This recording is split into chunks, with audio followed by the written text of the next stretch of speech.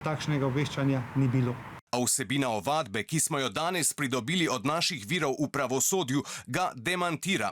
Matej Tonin je takoj po opravljenem nadzoru 7. novembra pozno popoldan v kriptirani klepetalnici z imenom Dars o ugotovitvah obvestil svoje najožje strankarske kolege, tudi takšne, ki niso bili člani KNOVS-a. Nadzor opravljen. V zadnjih 2 letih ni bil odrejen prisluh zoper nobeno številko na listi. Čez nekaj sekund je Toninu odgovoril Jernej Vrtovec. Top. In kmalu zatem še tajnik NSI-ja Robert Ilc. Ok.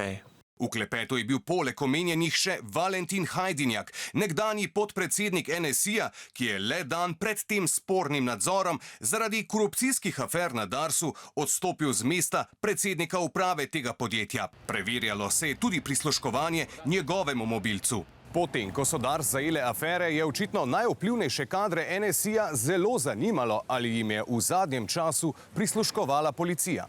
Na seznamu za preverbo pa niso bili le člani NSI-ja. V nadzoru KNOVS-a se je preverjalo kar 15 številk. Od takratne odvetnice Darsa, Nine Zidar Klemenčič, pa celo do Sebastiana Vežnaverja, podjetnika, ki je državi prodal stavbo na Litijski. In še, na seznamu so bili tudi aktualni šef SDH-ja Žiga Debeljak in aktualni član uprave SDH-ja Janez Tomšič, pa tudi Klemen Babnik, vodja kabineta aktualnega finančnega ministra Boštjančiča, ki je nekoč tesno sodeloval z NSI-jevim Jernejem Vrtovcem. Se je torej povsem naključno preverjalo vplivne ljudi, ki so nekoč tvorno sodelovali s kadri NSI-ja in na napravah katerih bi lahko bila morda ujeta tudi komunikacija ljudi iz te stranke.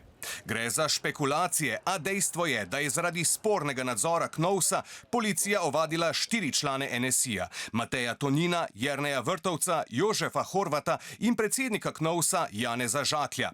Očitek pa, da so omenjeni institut nadzora KNOVS-a protipravno izkoristili za to, da so sebi in vrhu stranke NSI pridobili tajne podatke policije o tem, če se zoper koga iz seznama izvajajo prikriti preiskovalni ukrepi.